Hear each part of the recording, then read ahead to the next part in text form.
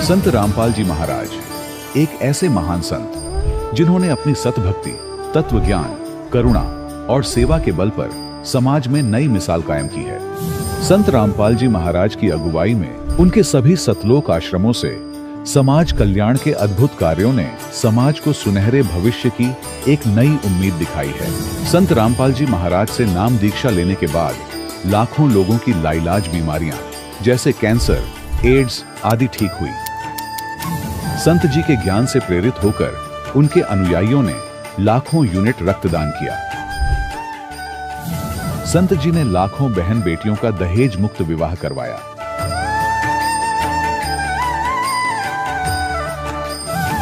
संत जी ने लाखों लोगों का नशा छुड़वाया, करोड़ों उजड़े परिवार बसे। संत जी के आश्रमों में समागम के दौरान निःशुल्क नेत्र चिकित्सा, दंत चिकित्सा प्रदान की जाती है।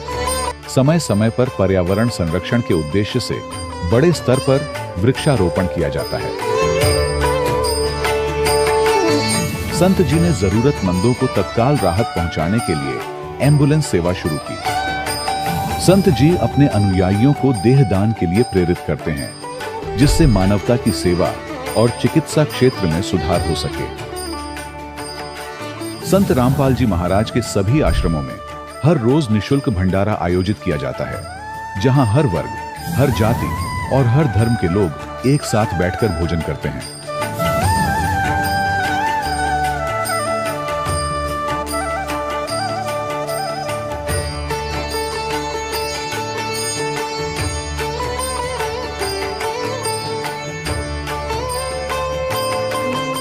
संत रामपाल जी महाराज की अन्नपूर्णा मुहिम ने गरीब और बेसहारा लोगों के जीवन में एक नई ऊर्जा और उम्मीद को जन्म दिया है। घर घर खाद्य सामग्री और जरूरी मदद पहुंचाकर संत रामपाल जी महाराज ने लोगों को दुख और मजबूरी से लड़ने की ताकत प्रदान की है।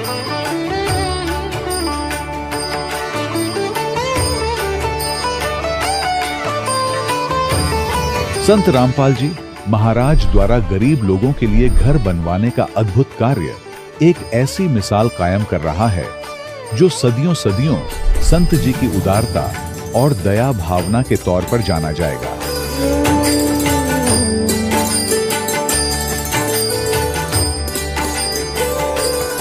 संत रामपाल जी महाराज के आश्रम में हजारों बुजुर्गों को सम्मान और प्यार के साथ जीवन जीने का अवसर मिलता है।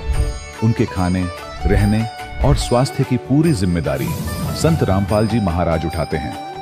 अनाथ बच्चों के लिए संत रामपाल जी महाराज के सभी आश्रम किसी वरदान से कम नहीं। यहाँ उन्हें शिक्षा, संस्कार और भविष्य के लिए बेहतर अवसर प्रदान किए जाते हैं। चाहे बाढ़ हो, भूकंप या महामारी, संत रामपाल जी महाराज और उनके अनुयायी हमेशा ही जरूरतमंदों के लिए सबसे आगे खड़े रहते हैं। कोविड महामारी के दौरान संत रामपाल जी महाराज के आश्रमों से करोड़ों लोगों के लिए भोजन, दवाइयां और जीवन रक्षक सामग्रियां उपलब्ध कराई गई। चाहे गरीब की मदद हो या किसी शोषित और पीड़ित वर्ग के हक और सम्मान की लड़ाई, संत रामपाल जी महाराज ने हमेशा ही उनकी दबी आवाज को सरकारों तक पहुंचाया है और उन्हें उचित न्याय दिलवाने में अहम भूमिका अदा की है। समाज में आध्यात्मिक और सामाजिक मूल्यों के प्रति जागरूकता लाने में संत रामपाल जी महाराज हर कदम पर मानवता के सच्चे सेवक साबित हुए हैं। संत रामपाल जी महाराज का जीवन हमें सिखाता है कि सच्ची सेवा वही है जो निस्वार्थ भाव से की जाए। आइए हम भी इस महान सेवा के कार्य में इस महान संत से जुड़ें और संत रामपाल जी महाराज से नाम दीक्षा लेकर अपने जीवन को धन्य बनाएं।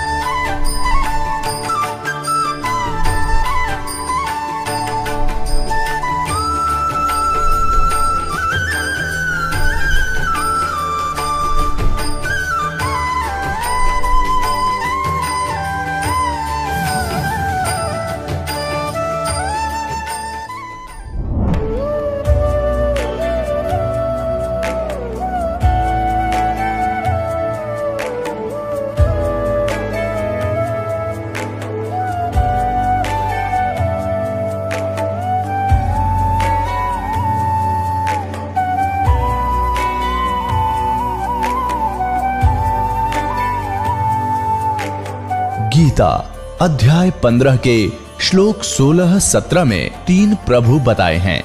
ये 3 प्रभु कौन हैं? किस प्रभु की शरण में जाने के पश्चात जन्म और मरण समाप्त हो सकता है? 3 प्रभुओं में सबसे उत्तम परमात्मा कौन है? कैसा है? उसका क्या नाम है? इन सभी गूढ़ रहस्यों को जानने के लिए अवश्य सुनिए जगत गुरु तत्वदर्शी संत रामपाल जी महाराज के अमृत वचन। सत साहिब दर्शकों, ऋषियों, संतों, महात्माओं ने पूर्ण परमेश्वर को पाने के लिए घर बार छोड़ दिया, घोर तप किए, शरीर को भयंकर कष्ट दिया, निराहार रहे और अपने शरीर तक गला दिए, परंतु अंत में उन्हें सिद्ध शक्ति के अलावा कुछ हाथ नहीं लगा। ऐसे ही एक साधु की जीवन गाथा से आज हम आपको रूबरू करवाने वाले हैं। इनसे मिलिए, ये हैं ग्वालियर मध्य प्रदेश के नरसिंह जी। घर बार छोड़कर साधु बन चुके थे। 40 नागाओं के महंत भी थे। तप किए, व्रत किए, 5 से 6 साल तक निराहार रहे, तपस्या कर सिद्धि प्राप्त कर चुके थे। एक दिन इनके साथ अनहोनी घटना हुई। सफेद प्रकाश दिखा व आकाशवाणी हुई कि अगर मोक्ष चाहते हो तो सच्चे गुरु की तलाश करो, नहीं तो ऐसे ही भटका खाते रहोगे। इसी तलाश को आगे बढ़ाते हुए ये अनेक साधु संतों के पास हाथ नहीं लगा, अपितु वहां जाने के बाद से नरसिंह जी नशे का सेवन करने लग गए। इसी सफर में आगे चलते हुए नरसिंह जी को आखिर में मिल ही गई तत्वदर्शी संत रामपाल जी महाराज जी द्वारा लिखित अध्यात्म ज्ञान से भरपूर पुस्तक ज्ञान गंगा। मोक्ष प्राप्ति का सच्चा ज्ञान पढ़कर संत रामपाल जी महाराज से नाम दीक्षा लेने के बाद तो मानो नरसिंह जी का जीवन ही बदल गया। अब सुनिए इनके जीवन परिवर्तन की सच्चाई, कैसे एक साधु ने सच्चे संत की शरण अपनाई। नमस्कार सर। साहिब जी। सर क्या नाम है आपका? नरसिंह दास नाम है मेरा। मैं ग्राम मैना, तहसील चिनौर, जिला ग्वालियर, MP। सर संत रामपाल जी महाराज से नाम दीक्षा आपने कब ली? 2014 में ली सर। सर संत रामपाल जी महाराज से नाम दीक्षा लेने से पहले क्या आप कोई भक्ति साधना भी करते थे? मैं भक्ति करता था। पहले एक महात्मा जी ने नाम दे रखा था मेरे को, उन्हीं की सेवा करता था और उन्होंने एक मंत्र दे रखा था तो उसी पे साधना करते रहते थे। मैं तो बाबा बन गया था और घर छोड़ दिया था मैंने 2000 में ही। फिर जो एक महात्मा जी थे चरणदास जी, उनको मैंने अपना गुरु बना लिया। उनने मेरे को मंत्र दे दिया तो बस उन्हीं की सेवा करता रहा और उन्होंने बता दिया बेटा जी भक्ति करते रहो, नाम जाप करते रहो और आपको भगवान मिलेगा। तो बस वो करते करते करते करते जब उनके नाम से कुछ नहीं उगाया था तो फिर मैंने दूसरे गुरु बनाए। तो उनने भी बता दिया कि भाई ऐसे ऐसे भक्ति करो, आप ठीक कर रहे हो। तो उनने बता दिया कि आप व्रत करो और उपवास करो, जितना हो सके उतना करो, ऑटोमेटिक ये पूजा पाठ बंद कर दो, आप तो तपस्या में लग जाओ। फिर मैं एक गुफा बनवाई और गुफा बनवा के फिर मैं उस तपस्या में लग गया। मैंने खाना पीना भी बंद कर दिया। 5-6 साल मैंने कोई अन्न आहार नहीं किया, केवल कोई फल फ्रूट आ जाता तो खा लेता था और कभी कभार आलू वगैरह आ जाते थे तो उसको भूंज करके खा के और गुफा में घुस जाता था। 5 साल तक जब मैं साधना करता रहा तो एक सिद्धि सी प्राप्त हो गई मेरे अंदर। इतना मैं देख लेता था कि जब कोई मेरी गुफा की तरफ आता था तो मैं उसको देख लाता था 1 किलोमीटर 2 किलोमीटर दूर से कि कोई मेरी तरफ आ रहा है। और कुछ ला रहा होता था तब भी देख लेता कि आज फलाना आदमी आ रहा, मेरे लिए ये चीज़ लेके आ रहा। तो मैंने सोचा कि अब तो बहुत अच्छा हो गया। बोले तपस्या वो गुरुदेव ने मेरे को सही बताई थी, जो कि इतनी बड़ी उपलब्धि मेरे को हो गई। मैं इसी को ही बहुत बड़ा चमत्कार मान रहा था गुरुदेव का। फिर तपस्या करते करते एक दिन क्या मेरे को एक वाइट कलर का प्रकाश नजर आया और उसमें से आवाज़ आ रही थी। मेरे को जी नहीं दिखा, उसकी बॉडी दिखी नहीं कि कौन है। मेरे को केवल आवाज़ आ रही थी कि बेटा अभी तो कुछ नहीं है, अभी तो ये तेरे को सिद्धि साधी लाग गई, इससे कुछ नहीं होने वाला है। बोले अगर मोक्ष की गति चाहते हो तो इसके लिए कोई सच्चे गुरु की तलाश आपको करना पड़ेगी और नहीं तो ऐसे ही भटका खाते रहोगे आप लोग। फिर मैंने सोचा कि ये कैसे बात बनेगी।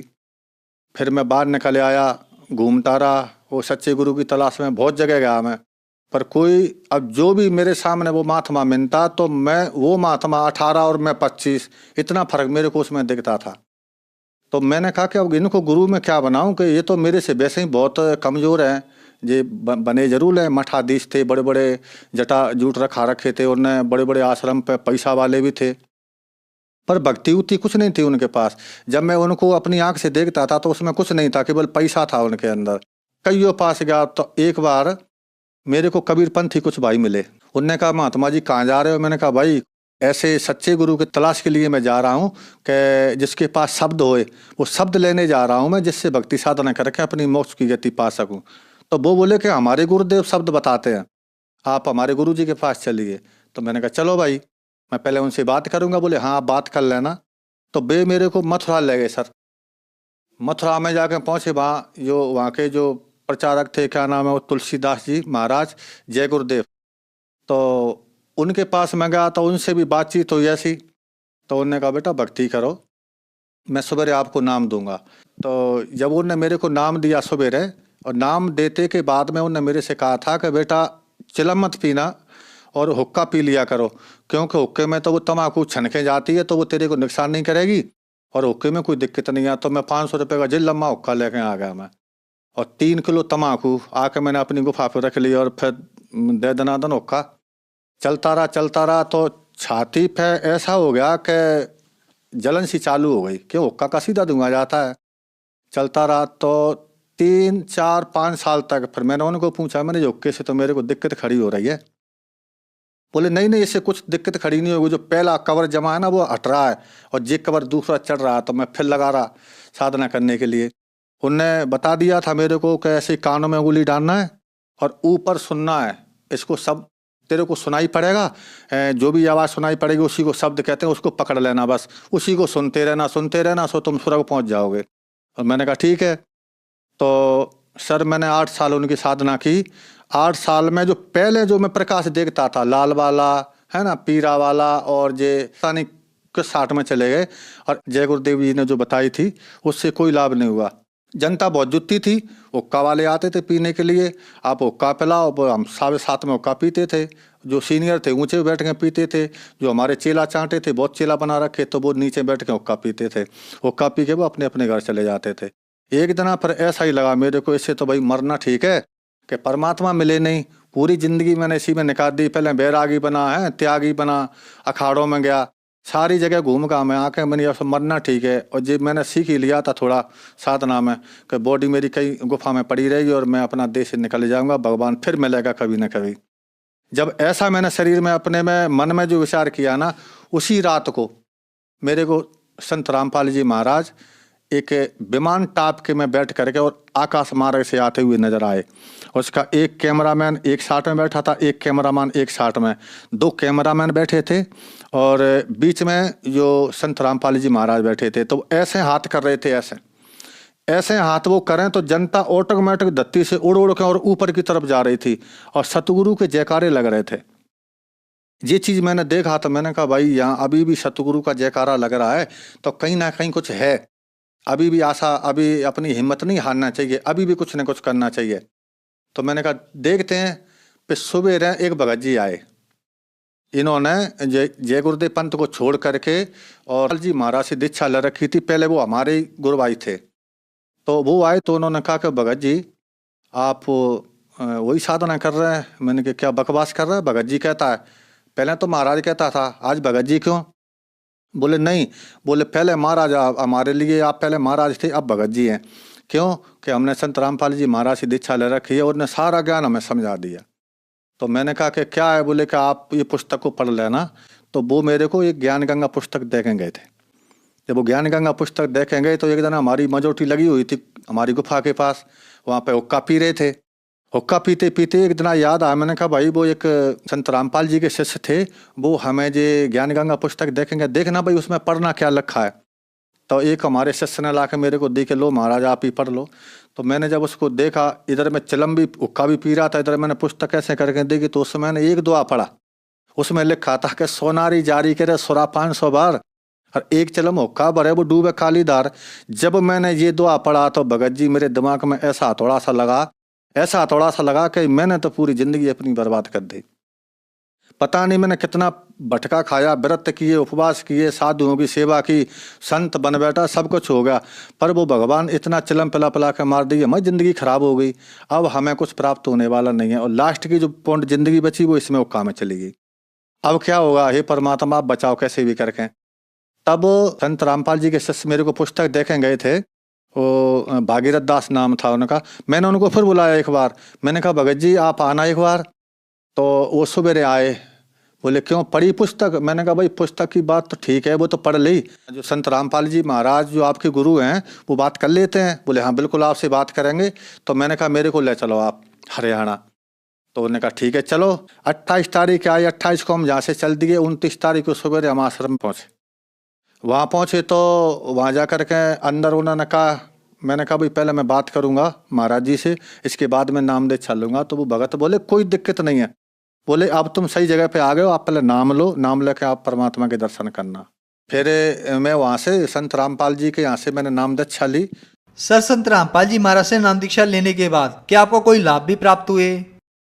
जैसे ही मैंने संत रामपाल जी महाराज से दीक्षा ली और नाम लेकर के जो परमात्मा के मैं दर्शन करने के लिए गया, जैसे ही संत रामपाल जी महाराज अपनी वहाँ से बाहर निकले भक्तों को दर्शन देने के लिए, तो जैसे ही मैं सामने ही खड़ा था, जैसे ही मेरे उनके ऊपर जो दृष्टि पड़ी ना, तो एकदम मैं ऐसा हो गया कि मन पर मेरे अंदर से कोई भूत निकल गया हो। तो एकदम ठंडक आ गई। वो परमात्मा संत रामपाल जी महाराज चले गए अपने भक्तों को हाथ रखते रखते आशीर्वाद देते देते। जब मेरी बारी आई तो मेरे पे आशीर्वाद नहीं दिया, मेरे सर पे उन्होंने हाथ नहीं रखा और ऐसे निकल के चले गए। तो फिर एकदम मैं रोने लग गया। मैंने कहा हे भगवान, आप जंगल में गए थे मेरे को लेने के लिए, आप मेरे को जंगल में से बुला करके जहाँ ले आए और जहाँ आपने मेरी बात भी नहीं सुनी। तो इतनी दूर से जब वो संत रामपाल जी महाराज लौट के आए और लौट के आए मेरे से कहा कि मैंने क्या नहीं सुनी बेटा तेरी, सब कुछ तो सुन ली। तो फिर मेरे को लगा कि भाई यहाँ जब पक्का काम है। तो उन्होंने कहा तुमने नाम दीक्षा ले ली? मैंने कहा नाम दीक्षा ले ली। बोले बेटा भक्ति करो। और जी हुलिया क्या बना रखा, मेरे बड़े बड़े बाल थे, बड़े बड़े जटा थे। तो मैंने कहा ठीक है, तो अब मैं भक्ति कर रहा हूँ। और उन्होंने कह दिया था कि अब तुमको कोई भूत व्याधा नहीं सतावेगी। तो पहले बहुत से आते थे जिन भूत बेताल वगैरह, अब कोई नहीं आता और बढ़िया भक्ति हो रही है और बढ़िया साधना में लगे हुए हैं। और जबकि पहले मैं मरने के लिए जा रहा था, पहला लाभ तो यही है कि जब मेरा बिल्कुल होता जा रहा था, तो पहली बात तो यह है कि जब परमात्मा संत रामपाल जी महाराज से मैंने दीक्षा ली, तो जो मैंने मंत्रों के जाप किए, जो क्रिया उन्हें बताई थी, जो मैंने करना चालू की, तो आज मेरा वो लीवर भी सही है और मेरी पूरी बॉडी बिल्कुल ऐसे लगती है कि जी पता नहीं कौन है। और अगर आज वो देखें तो मेरे कोई पहचान नहीं पाएगा कि जी वही हैं कि दूसरे हैं। तो संत रामपाल जी महाराज ने मेरे को नया जीवन दान दिया है और इतने बहुत से लाभ किए हैं मेरे साथ। तो इतने लाभ किए हैं कि एक बार रात को वो जिंद फिर आ गया था वहाँ पर। ये संत रामपाल की साधना छोड़ने के लिए वो मना कर रहा था। बोले पहले ही बढ़िया था, कोई दिक्कत नहीं, बढ़िया चलम चलती थी, वो का चलते थे। अब तो यहाँ पे कुछ होता भी नहीं है, हैं? तो बोले पहले हम भी आते थे तुम्हारे लिए, पैसा की कोई कमी नहीं पड़ती थी, हम पैसा भी आपको व्यवस्था कर देते थे। तो मैंने उनको कहा भाई अब तो मैं बिल्कुल ठीक हूँ, मेरे को कोई परेशानी नहीं है। तो वो भी धीरे धीरे करके फिर मैंने अर्जी लगाई संत रामपाल जी महाराज को। मैंने फ़ोन लगा के अर्जी लगाई मैंने कि वहाँ पे मैंने कहा भगत जी ऐसी ऐसी बात है, यहाँ पे भूत परेशान कर रहे हैं मेरे को। संत रामपाल जी महाराज ने बता दिया कि बेटा भक्ति करते रहो और कबीर साहब सब ठीक करेंगे।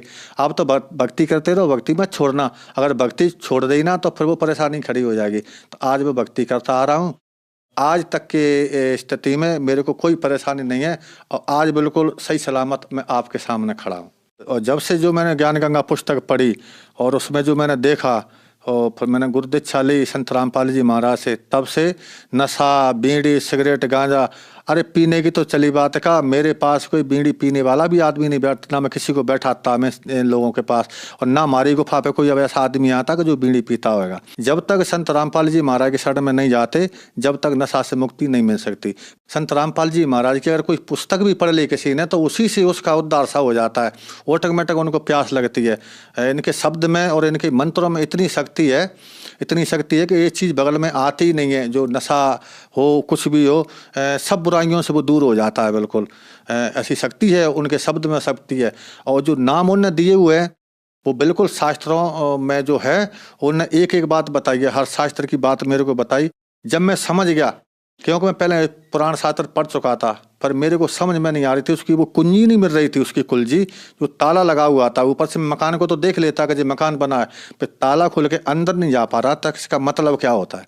पर संत रामपाल जी महाराज ने सारा मतलब मेरे को समझा दिया। और पहले तो मैं इतना बड़ा जो गुरु पद पे बैठा हुआ था, तो कुछ लोग मेरे पास आया करते थे कि महाराज जमा मोड़ा गांजा ज़्यादा पीता है, चिलम ज़्यादा पीता है। तो मैं चुप हो जाता था कि मैं क्या करूं, मैं तो खुद पीता हूं भाई। जब मेरी भी नहीं छूट पा रही है तो मैं तेरे लड़के की मैं क्या छुड़ाऊंगा। तो मैं चुप हो जाता था, उनसे कुछ नहीं कहता था, कह देता और किसी महात्मा को देख ले भाई, मेरे बस की बात नहीं है। और बहुत से लोग ऐसे आते थे, बस हमको तो वही लोग अच्छे लगते थे जो कुछ चिलम पीने वाले आते थे। कई लोगों ने ऐसे प्रश्न किया, मैंने कहा ना, फिर छुड़ाया, कुछ नहीं हुआ उससे। वो तो संत रामपाल जी महाराज की जब शरण में गए तो आज बिल्कुल मैं स्वस्थ हूँ, मेरे को कोई बीमारी नहीं, कोई रोग नहीं है, आज मैं बिल्कुल स्वस्थ हूँ और अच्छा हूँ। सर, संत रामपाल जी महाराज से नाम दीक्षा कैसे ले सकते हैं? संत रामपाल जी महाराज से दीक्षा के लिए परमात्मा ने वहाँ से हर प्रांत में, हर जिले में नामदान केंद्र खोल रखे हैं। तो कोई भी प्रांत से, और वहाँ पर टीवी से आप देखोगे तो नीचे पट्टी पर वो नंबर आते हैं।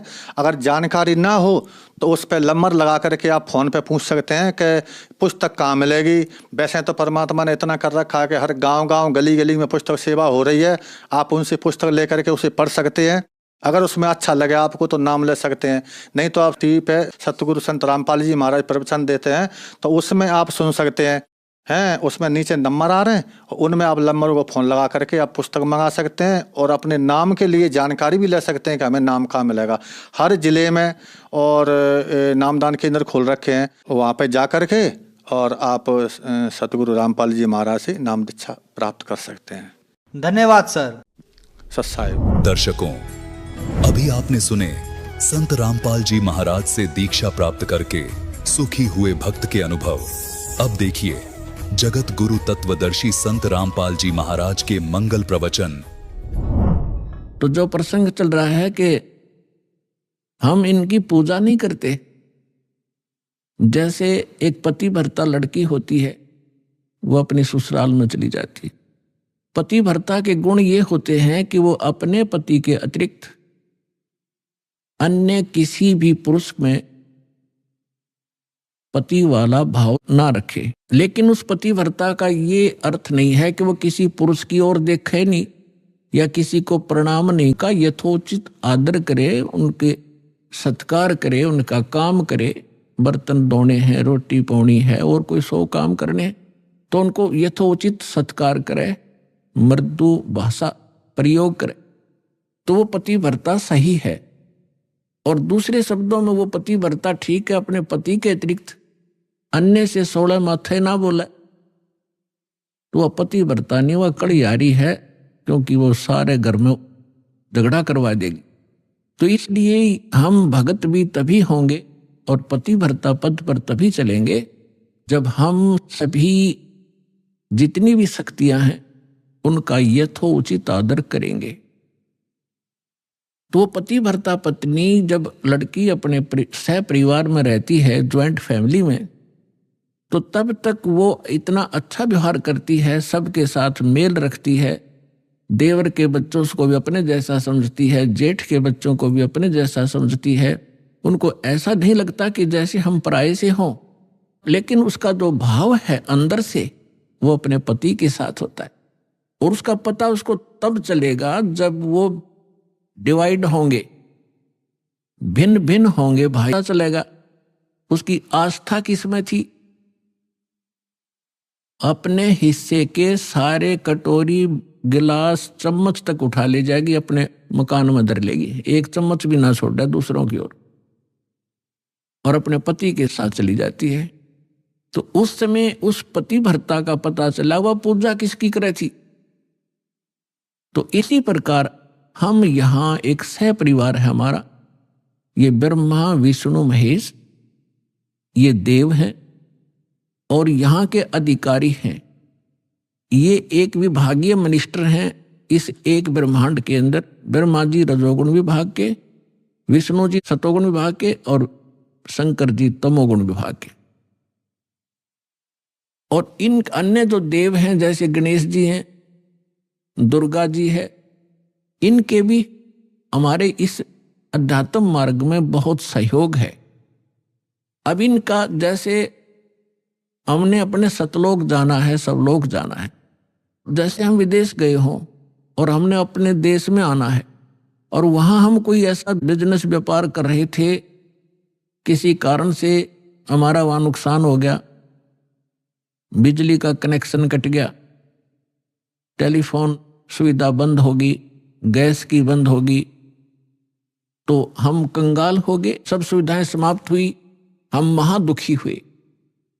और वहां से आप निकल नहीं सकते जब तक उनका सारा लोन क्लियर नहीं कर लोगे, आने नहीं देंगे, आपको नो ड्यू सर्टिफिकेट नहीं मिलेगा। और वहां कोई आपको ऐसा रहम दिल समर्थ मिल जावे, आपसे कहे कि आपका कनेक्शन पुनः चालू करवा देता हूं अपनी गारंटी से, और आप नए सिरे से मेहनत करो, नेक नीति से मजदूरी करो और इनके टैक्स भरते रहना, बिजली वाले का बिल भरना शुरू कर देना, टेलीफोन वाले का कनेक्शन करवा देता है और उसका मेहनत मजदूरी करके अपना बिल भरना शुरू करो, वो सुविधाएं प्रारंभ हो जाएंगी। और फिर से वो धनी हो करके और सब कर्जे से मुक्त हो करके और बची हुए धन को साथ लेकर के स्वदेश आ सकता है। ठीक इसी प्रकार हम इस काल के लोक में बहुत बड़ी पूंजी लेकर आए थे, हम बहुत बड़े साहूकार के बेटे थे, बेटियां थी सतलोक के अंदर। हम अपनी गलती से उस पूंजी समेत, अपने पुनों समेत इसके साथ आ गए। ये एक बहुत छलिया यहाँ का मालिक है, ये सारे काम छल से करता है और आपकी ही मजदूरी से कुछ टैक्स लेकर अपने 21 ब्रह्मांड को चला रहा है। कबीर साहब कहते हैं, मेरे हंसा भाई हंस रूप था जब तू आया। जब तू वहां से आया ना हमारे पास से, एक बहुत पवित्र आत्मा थी, कोई विकार नहीं था, तेरे पास आध्यात्मिक धन परिपूर्ण था। आज तू बिल्कुल खाली हो चुका है और गधे तक की योनि में जा चुका है पुनों के अभाव से। तो उन पुनों को पुनः प्राप्त करेंगे हम, उतने ही भक्ति युक्त होंगे जितने हम प्रारंभ में थे, तभी हम स्वदेश जा सकते हैं।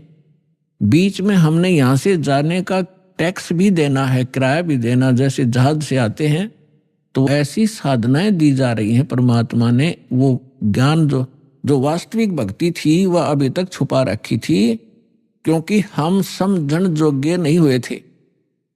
और यदि आज से पहले परमात्मा ये मंत्र डिस्क्लोज कर देते तो ये नकली पंथ जो काल न चलवा रखे हैं, इनके पास भी वो मंत्र होते और यही ज्ञान होता। और वो अधिकारी थे नहीं, अधिकारी के बगैर कोई काम सफल नहीं हो सकता। जैसे एक पासपोर्ट बनवाते हैं, पासपोर्ट भी यदि अधिकारी से बना हुआ होगा तो आगे चलेगा, नहीं तो जब समय आने पर उसका पता चलेगा कि पासपोर्ट ही डुप्लीकेट है तो बहुत देर हो चुकी होगी और जेल भी जाना पड़ेगा। तो परमात्मा ने दया बख्शी थी कि ये अभी तक ये मंत्र गुप्त रखे थे। इसके पीछे बहुत बड़ी कहानी है, वो सृष्टि रचना से आपको पता चलेगा, समय आने पर बताएंगे। तो प्रसंग चल रहा है कि परमात्मा ने दया बख्शी आपको। जब 600 वर्ष पहले मालिक आए, परमात्मा वाले ही गुण रखता है। अब जैसे बर्फ के गुण हैं, बर्फ तो बर्फ के गुण ही रखती है, उसको उसके निकट जाओगे तो वो वैसा ही आभास होगा। इसी प्रकार परमात्मा जो गुण रखता है वो वैसे ही लीला करता है जैसी वो किया करता है। और उस परमेश्वर ने 600 वर्ष पहले जो लीलाएं की थी वही जानकारी हमारे सदग्रंथों से मिलती है कि परमात्मा जब पृथ्वी पर आता है, यथार्थ ज्ञान स्वयं अपने मुख कमल से कवियों की तरह कविताओं से, लोकोक्तियों के माध्यम से, शब्दावलियों के माध्यम से वो ऊंचे स्वर में बोल बोल कर उच्चारण करता है। और एक प्रसिद्ध कवियों में से भी वो एक होता है, लेकिन वो होता है परमात्मा। और वो परमात्मा अपना यथार्थ ज्ञान स्वयं ही देता है। और जब परमात्मा यहाँ आते हैं वो 3 प्रकार से हमारी देखभाल करते हैं, 3 सतिथि से। एक सतिथि में परमात्मा सतलोक में सचखंड में एक राजा के समान बहुत सुंदर सिंहासन पर विराजमान है, मनुष्य के सदृश। सिर पर मुकुट है, ऊपर छत्र है, परमात्मा के सिर पर चंवर अपने आप हो रहा होता है। और दूसरी तिथि में वो परमात्मा प्रत्येक युग में एक शिशु रूप धारण करके यहाँ आते हैं और किसी कमल के फूल के ऊपर विराजमान होते हैं। वहां से निसंतान दंपति उन्हें उठा ले जाते हैं और फिर वहां परवरिश की लीला होती है। तो तब वो कंवारी गाय का दूध पीते हैं और कुछ नहीं पान करते। कंवारी गायों के दूध से उनके बचपन की परवरिश होती है।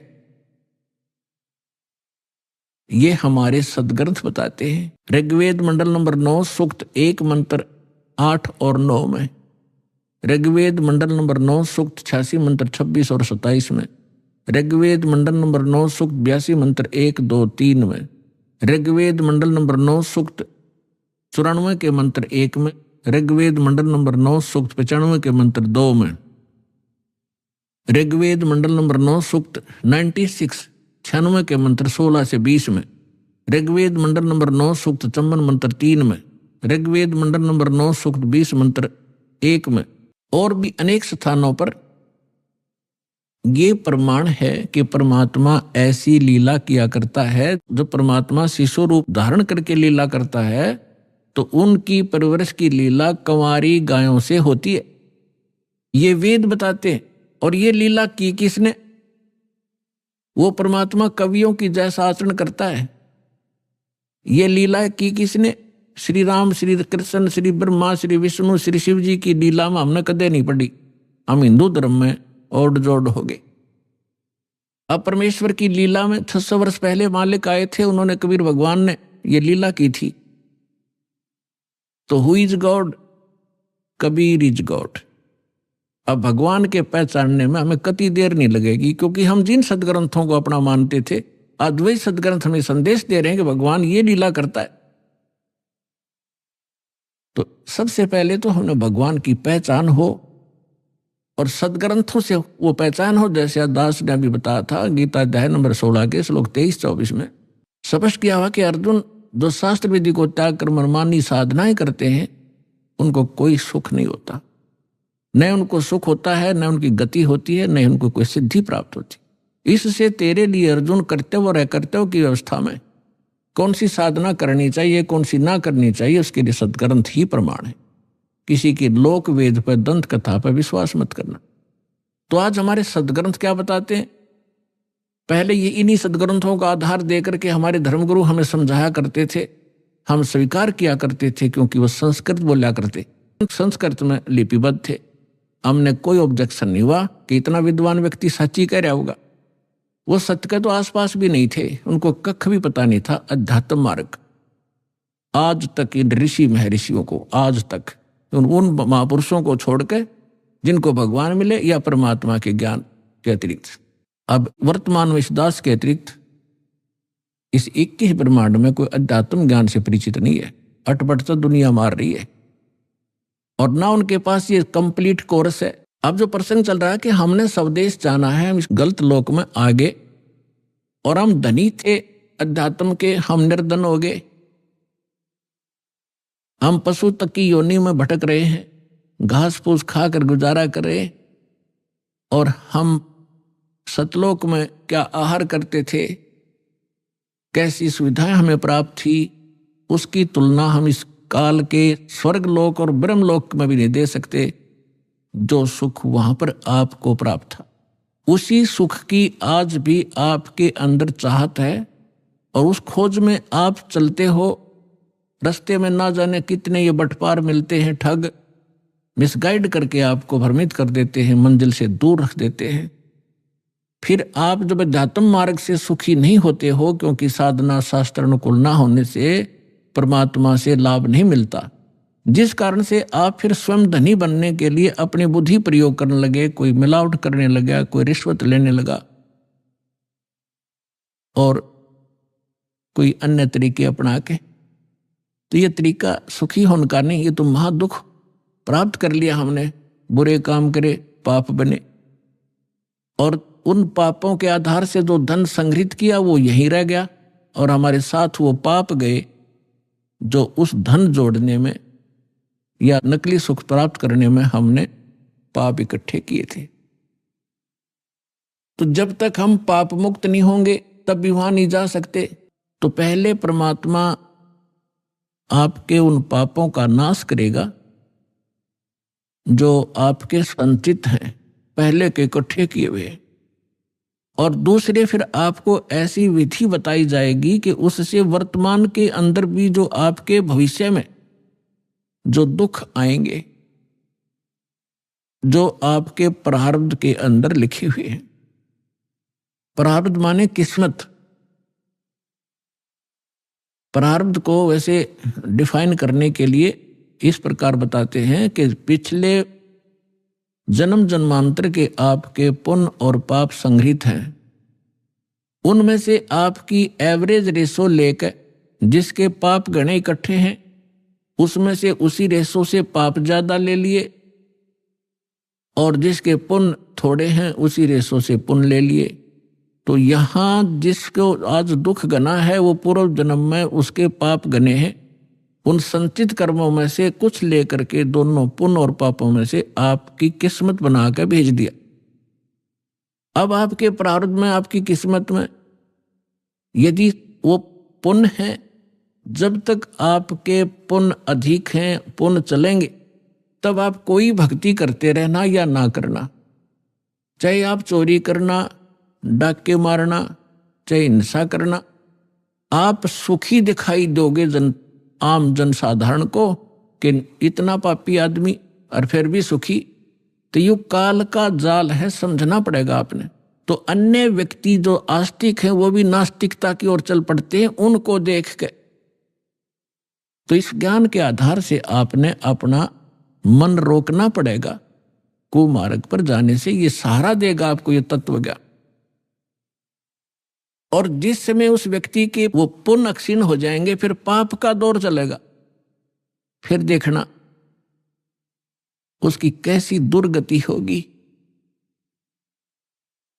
और फिर उसके पास समय बहुत कम होगा, और कहीं वो समाधान के लिए जाएगा तो ये नकली संत मिलेंगे, उनसे करवा कर जंतर मंत्र लेकर नाम दीक्षा, आखिर में वो मर ही जाएगा उस दुर्गति के साथ। और जब हम सत्साधना करेंगे, परमात्मा हमें मिलेंगे, सतगुरु मिलेगा, सतगुरु हमें फिर वो सत्य ज्ञान देगा, सत्साधना देगा, जिससे आपके पाप नाश होंगे। जैसे आप दुखी हो तो पाप से हो, सुखी हो पुण्य से हो, अंडरस्टूड है। इस बात को आम व्यक्ति थोड़ा सा भी धार्मिकता के अंदर रुचि रखता है, उसको पता है कि पाप से दुख होता है और पुण्य से सुख होता है यहाँ का। अब जब तक आपके पुण्य चलेंगे तो आप सुखी नजर आओगे, और ये पुण्य पहले की संग्रहित कमाई है आपकी। जैसे इन्वर्टर आज सबके घर हो रहा तकरीबन, नहीं जानकारी जरूर है सभी ने, उसके अंदर बैटरियां होती हैं, उनको चार्जर के माध्यम से बिजली में लगा कर किया जाता है, तो बैटरियों के अंदर वो एनर्जी स्टोर हो जाती है। और फिर बेशक वो इन्वर्टर से चार्जर हटा दिया जाए, फिर भी उन इन्वर्टर से बैटरी बल्ब भी जग रहे होते हैं, ट्यूब भी जग रही होती है, कूलर भी चल रहे होते हैं, वो अपनी सुविधा दे रहा होता है।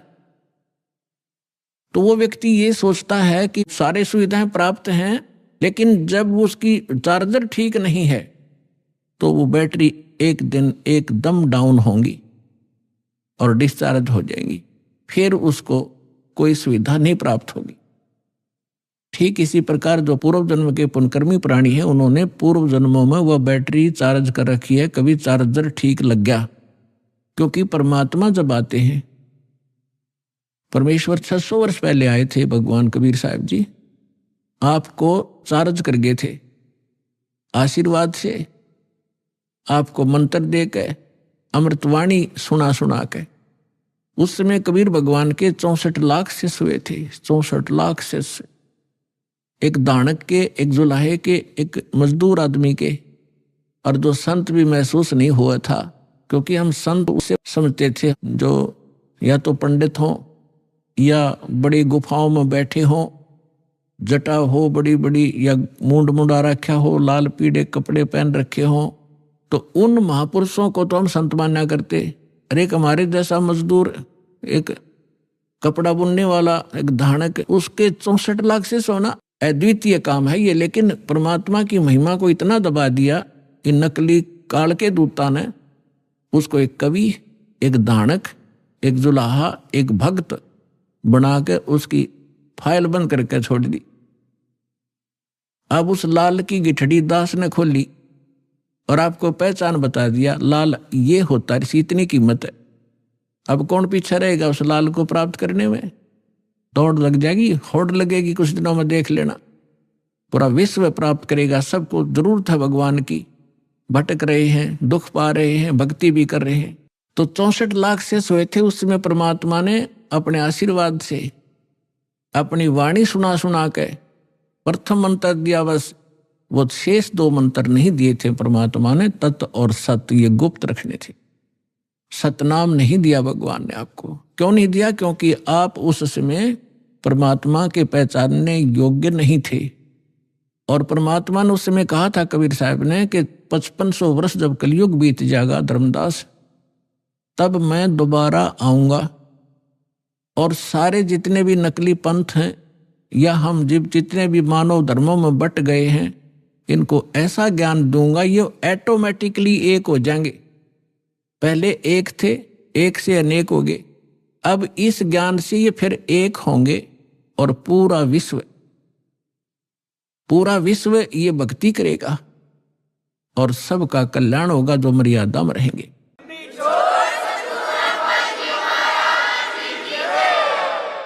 तो अब वो कलयुग का वो आ गया, वो समय निर्धारित जो परमात्मा ने ठीक रखी थी, वो ठीक का समय अब आ चुका है। और इसलिए परमात्मा ने ये यथार्थ ज्ञान और ये सारे नाम आपके रूबरू करवाने का आदेश दास को दे दिया। तो उस समय परमेश्वर ने आपकी बैटरी चार्ज करी थी और वो बैटरी चार्ज करके आपके अभी तक उसी चार्ज से आपको मनुष्य जीवन प्राप्त होते हुए आ रहे। परमात्मा के विधान में है कि 2 प्रकार से मानव शरीर प्राप्त होता है। एक तो पिछली भक्ति की कमाई से कंटिन्यू आपको 10, 20, 50, 100 मनुष्य जन्म भी हो सकते हैं, इससे अधिक भी हो सकते।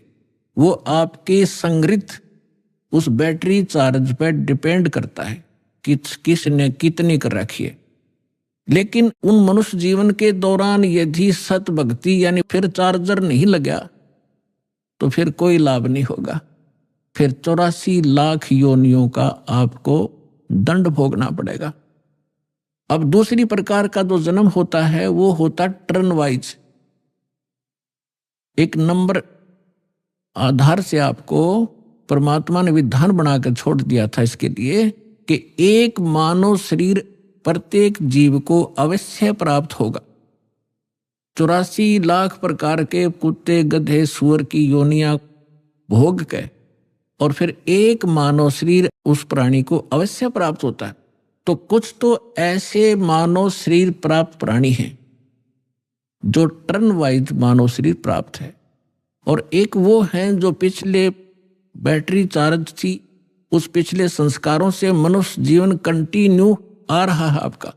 तो जिनका जो पिछले जन्म में मनुष्य से ही मनुष्य जीवन प्राप्त किया है, आज उनके अंदर भक्ति की कसक ज्यों की तो है और वही पुण्यात्माएं भटक रही हैं भगवान के लिए। तो परमात्मा की चाह में वही चलती हैं क्योंकि उनके अंदर वो कसक विद नहीं पड़ती उनको। तो कोई तो बचपन से ही कोई ना कोई व्रत रखने लग जाता है, परंपरागत साधनाएं करते हैं, फिर जैसा भी कोई चलता फिरता भी कोई मार्गदर्शक मिल जाता है वो भी स्वीकार कर लेते हैं। फिर संतों के पास जाते हैं, सुनते हैं कि भाई गुरु बिन मोक्ष नहीं होता। फिर उन संतों के पास भी वही पुण्यात्माएं जो पूर्व जन्म से मानव शरीर से ही आए हैं वही भटक रहे हैं, उनके अंदर चाह है, कसक है भगवान की, वही इन धार्मिक स्थलों पर जा रहे हैं, वही इन नकली संतों का फंस गए। ये 2 प्रकार से मानव शरीर प्राप्त होता। तो 600 वर्ष पहले आप जी परमात्मा के संपर्क में रहे थे, आपने चार्जर ठीक लगाया था और उसके कारण आज तक आप मनुष्य शरीर प्राप्त करते हुए आ रहे हो और आपके अंदर आज भी चाह है भगवान की। तो पीछे आप मानव शरीर से आए हैं। यहां थोड़ा सा एक उदाहरण देते हैं। एक कथा आती है अपने पुराणों के अंदर, लेकिन ये जितनी कथाएं हैं ये इनकम्प्लीट हैं, इनको हमारे को कोई सिर पैर इन्होंने बताया नहीं, कथा सुना के छोड़ दी। एक गरुड़ और कागभूषण की कथा आती है। एक दिन गरुड़ जी और कागभूषण जी दोनों इकट्ठे हो गए। गरुड़ भगवान विष्णु का वाहन है और कागभूषण बहुत अच्छे जो है भक्त हैं। उनका ऊपर से मुंह कौवे का है, शेष शरीर जो है बॉडी देवता जैसी है, मनुष्य दृश्य। और गरुड़ जी की भी यही दशा है। अब एक दिन गरुड़ जी ने पूछा कि हे कागभूषण, आपके पास बैठकर मुझे बहुत शांति होती है और आप बहुत अच्छे भक्त हो, आपको ये सारी व्यवस्था कैसे प्राप्त हुई? तब कागभूषण ने कहा कि गरुड़ जी, एक लंबी कहानी है, आपके पास समय हो तो सुनाऊं? गरुड़ जी ने कहा कि सुना भाई। कागभूषण ने कहा कि एक समय मैं मानव शरीर प्राप्त था और मेरी 20 वर्ष की आयु थी, युवा था। एक भयंकर अकाल गिरा उस क्षेत्र में जहां हमारा परिवार रहता था। मेरा पूरा परिवार नष्ट हो गया भूख के कारण। टक्कर मार मार कर भाई बहन और माता पिता मर गए। मैं युवा था, शक्ति मेरे में ज्यादा थी उनसे। मैं कई दिन रोज तक भूख सहन करके जीवित रहा।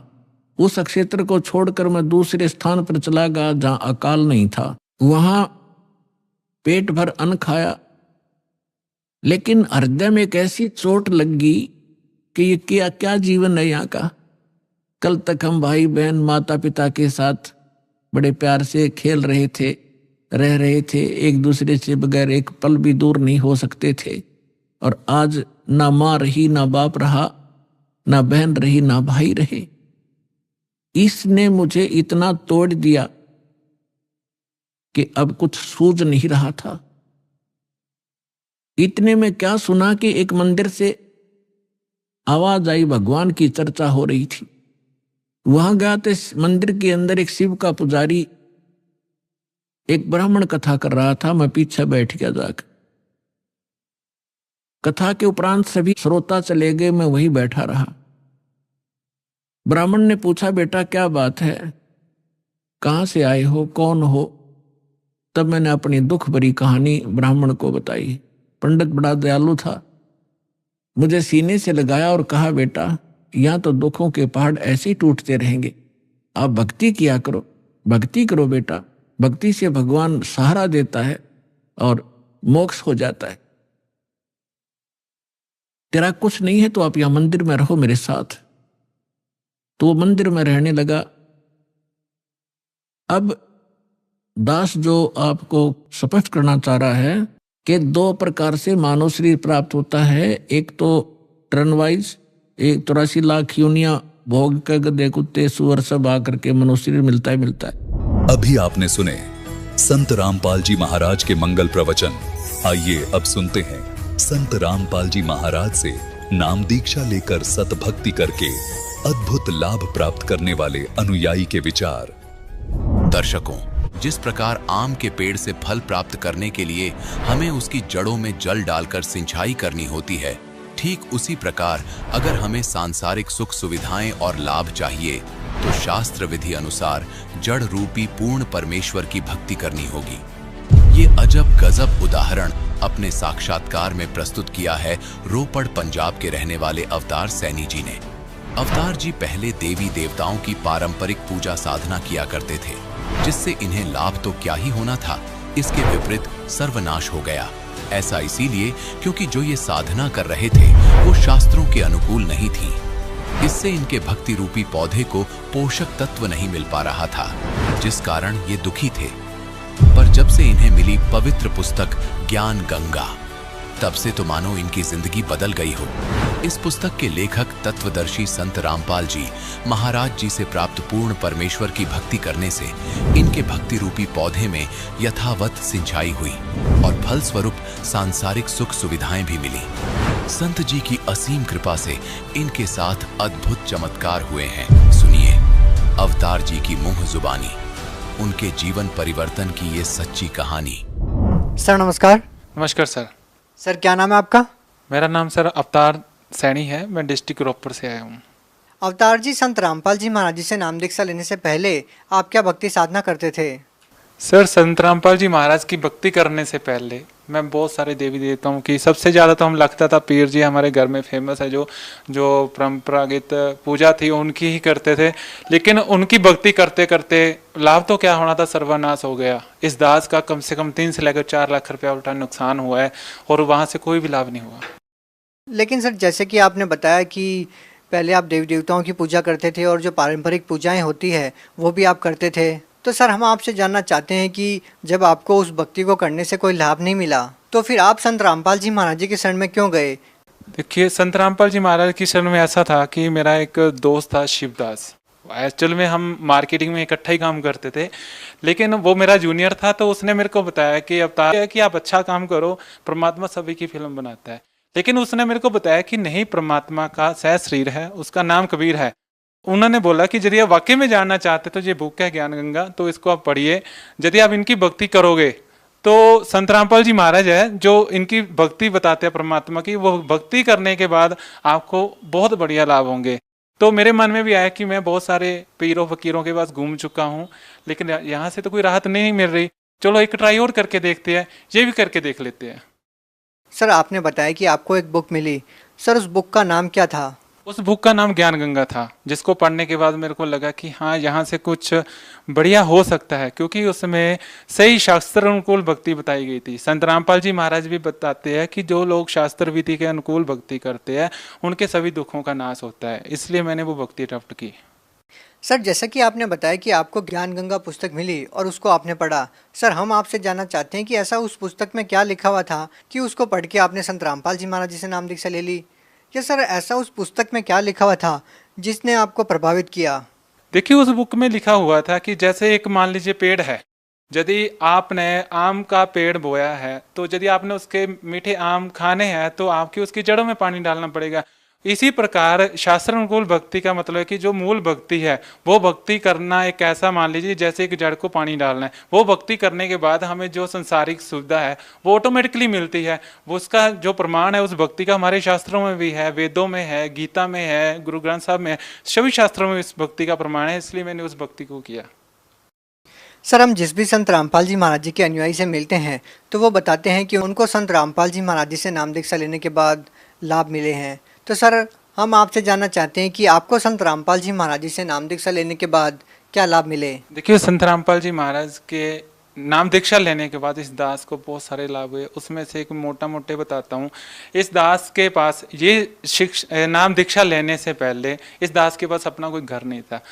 सतगुरु रामपाल जी महाराज की दया से इस दास का सबसे पहले 7 से लेकर 8 लाख एक घर बन गया, जो कि इस दास की बिल्कुल औकात नहीं थी, क्योंकि मैं पहले ऑलरेडी बिजनेस में डूब चुका था, 3 से लेकर 4 लाख का घाटा बढ़ चुका था। तो संत रामपाल जी महाराज की दया से एक तो वो 5-6 लाख का जो घाटा बढ़ा था मेरे को, उस जख्म के ऊपर मलहम लगी, उसके बाद इस दास का एक घर बना। और सबसे बड़ा लाभ परमात्मा ने दिया मेरे को कि जहाँ पे मैंने घर बनाया वहाँ पे चंडीगढ़ मनाली रोड पे मेरा घर है, और वहाँ से जो एक सड़क वालों की जो कंडीशन होती है तो वहाँ की दूरी होनी चाहिए कम से कम 180 फुट मीटर लगवाने के लिए, तो उसकी दूरी थी 160 फुट। तो क्या हुआ कि जब जेई साइट को विजिट करने के लिए आया, मेरे को तो लगा कि नहीं लगेगा, क्योंकि वहाँ के मैंने लोकल जेई को भी वो साइट विजिट करवाई थी, तो उन्होंने यही बताया था कि जो लो कहता है वो 180 फीट की दूरी पर जो इलेक्ट्रिक मीटर है वो लगेगा, लेकिन उसकी दूरी थी 160 फुट। लेकिन जब ही जैसे दोबारा जेई आया उस खेत में, उसकी जो लंबाई नापी उसने, तो मैंने परमात्मा का सिमरन शुरू किया। वो सिमरन करते करते वो जो 160 फुट थी वो बढ़ के परमात्मा की दया से 178 फुट होगी। तो क्या हुआ, उस जेई के मन में परमात्मा ने क्या ऐसी प्रेरणा दी, परमात्मा की ऐसी दया हुई, तो उसने 2 फुट अपने ओर से दे दिए और 180 फुट करके उसने वो फाइल जो मीटर की वो सेक्शन कर दी। परमात्मा ने ये सबसे बड़ा मेरे को लाभ दिया। सर और क्या लाभ मिले आपको संत रामपाल जी महाराज जी से नाम दीक्षा लेने के बाद?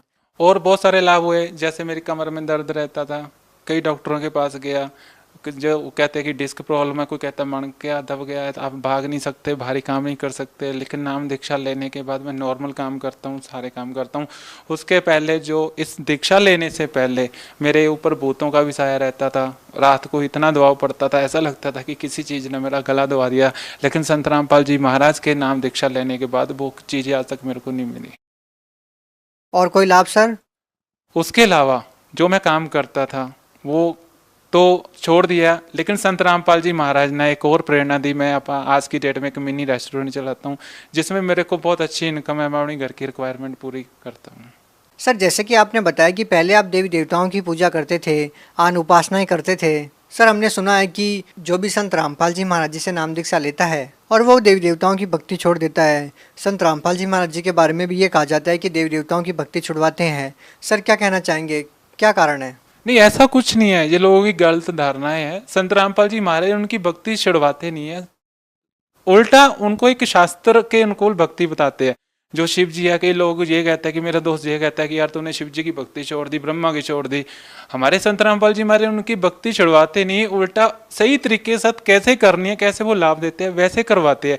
जैसे मान लीजिए एग्जाम्पल फॉर संत रामपाल जी महाराज भी बहुत बार उदाहरण देते हैं कि ये भक्ति कैसे काम करती है। ये हमारे एक बॉडी का पार्ट है, हम हमारे से दूर नहीं है, इनके अलावा भी हमें सुविधा नहीं मिल सकती। लेकिन संत रामपाल जी महाराज कहते हैं कि इनकी भक्ति, इनके मंत्र ऐसे काम करते हैं। जैसे मान लीजिए आप के घर में आपने वायरिंग कर रखी है, लाइट लगा हुआ है, लेकिन घर में मीटर की सप्लाई नहीं है, लेकिन आपको उसको जलाना है, वो कैसे जलेगा? एक समझदार बंदा क्या करेगा कि बिजली वालों के ऑफिस जाएगा, वहां पे अपना लोड अप्लाई करेगा, फाइल अप्लाई करेगा, मीटर अप्लाई करेगा। तो वहां पे क्या होगा, जो डिपार्टमेंट के ऑफिसर है वो आपके घर में आके मीटर लगा देंगे, उसको सप्लाई चालू कर देंगे। उसके बाद स्विच ऑन करने के बाद पक्का अपने आप ऑटोमेटिकली घूमने के लिए मजबूर होता है। उसी तरह संत रामपाल जी महाराज भी ऐसी भक्ति देते हैं कि जब वो भक्ति आप करते हो तो वैसे ही लाभ देती है जैसे बिजली लाभ देती है। सर आप भगत समाज को क्या संदेश देना चाहते हैं? देखिए, भक्त समाज को मैं संदेश तो क्या देना चाहता हूँ, लेकिन एक रिक्वेस्ट, एक बेनती करना चाहता हूँ कि यदि आप मोक्ष चाहते हो तो संत रामपाल जी महाराज के शरण में आइए और अपना कल्याण करिए। सर जो लोग उनसे नाम दीक्षा लेना चाहते हैं वो उनसे नाम दीक्षा कैसे प्राप्त कर सकते हैं? देखिए, टीवी पे एक नीचे येलो पट्टी फ्लैश हो रही है, उसके ऊपर कॉन्टैक्ट दिए गए हैं। आप कौन से एरिया से बिलोंग करते हैं, आप उन नंबर के ऊपर कॉन्टैक्ट करके अपने एरिया का जो नज़दीक नाम दीक्षा सेंटर है वहाँ पे कॉन्टैक्ट करके आप नाम दीक्षा ले सकते हैं। जी बहुत बहुत धन्यवाद। Thank you.